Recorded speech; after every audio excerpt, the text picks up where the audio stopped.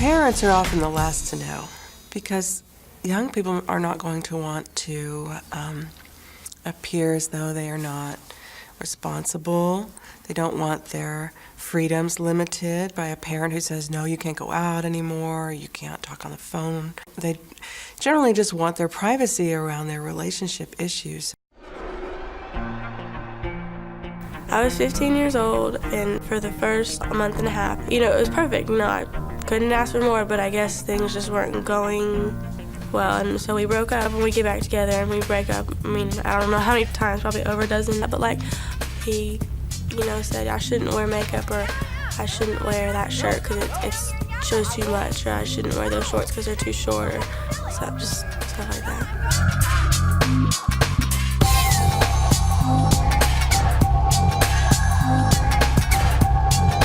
He wanted to spend all of his time with me, but yet he could still have his own friends that, he can go and do whatever. But, I had to isolate myself at home.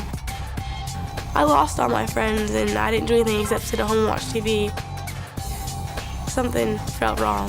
We tend to think that kids are engaging in lots of fun and frivolous activities and just fads and silly things that we see them doing, and we think that their lives are generally sort of fun and not fraught with different kinds of danger or abuse. But there really is a hidden side to teen life that in some cases includes abuse and abusive dating relationships. As early as 8th and 9th grade, 1 in 4 students, both boys and girls, report some form of dating abuse, which can include physical, verbal, emotional, or sexual abuse. This is a bigger problem than we realize. There are very unhealthy dating behaviors and expectations for relationships that are being established in adolescence, and if we don't address them early, we're going to see patterns of abusive relationships later on.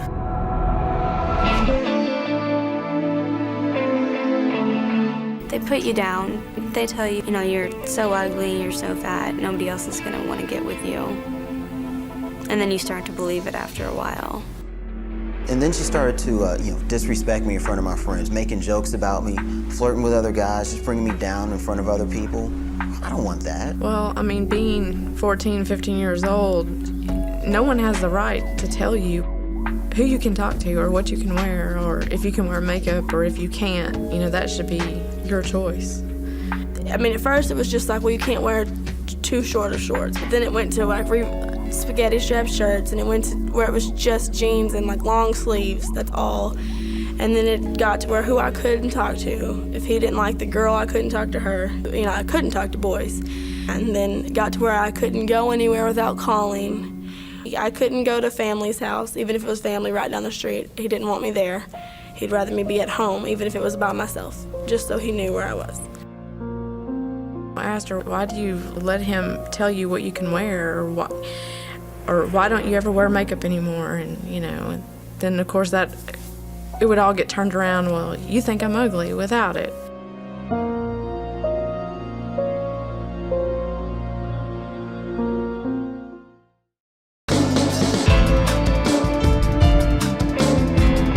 If things didn't go his way, he threatened to hit me or something like that, and it got crazy. He had this thing he had to pass, so I'd go over to his house every night, tutor him, make him do his work. But if I pulled out my homework, he'd take it and not let me study.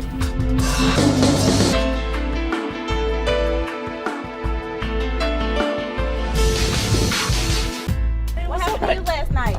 I guess you start thinking you're not going to get another one.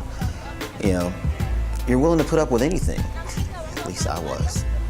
It's you forget details about the bad times, but you remember details about the good times. And it's a struggle because it's 1 minute you're I want out of this, and I'm gonna get out of this no matter what it takes. But then the next minute you're oh, I don't want to, and then you go back, and it's it's off and on, off and on. But then as it starts to escalate and get worse, you kind of felt like you'll never find anybody else, or that if you do, they're gonna all be that way. I was very struck with my high school students that I would work with about not wanting to be single. And these are 15, 16-year-olds not wanting to be single. And my my initial comment, I don't know how appropriate it was, but it's like, you're supposed to be single, you're 15. Teens wear their hearts on their sleeve, man. They have so much passion. But, you know, a 14, 15-year-old person who's never been in a relationship before, they think this is just the way it is. I was just depressed, and my grades had dropped. I had made all A's. You don't want to shower in the morning. You don't want to get up and shower. You just get up, put clothes on, go to school. If you're mentally abused, then that can shoot you down just as much as a fist could. We talk a lot about the numbers and the statistics, but we often forget how personally painful this is for these kids. They often drop out of activities that they really enjoyed. They're isolated from friends and family. They often do worse in school, their grades go down, and their self-esteem is battered and sometimes destroyed. And in general, they're just very ashamed to talk about this with other people, and that's really isolating too.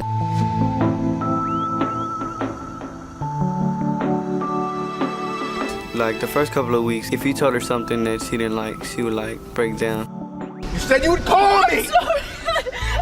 I don't understand. I'm sorry. And I was like, well, this is a weak one, so I can tell her whatever I want to and she'll do it. And that's what made me feel like I could tell her to do anything. Like where she can go and who she can talk to, and told her like, well, I don't like that shirt, so don't wear it. So she picked another shirt. She was crying because I was doing all this stuff. At the time, it made me feel good. I just like the power, the control.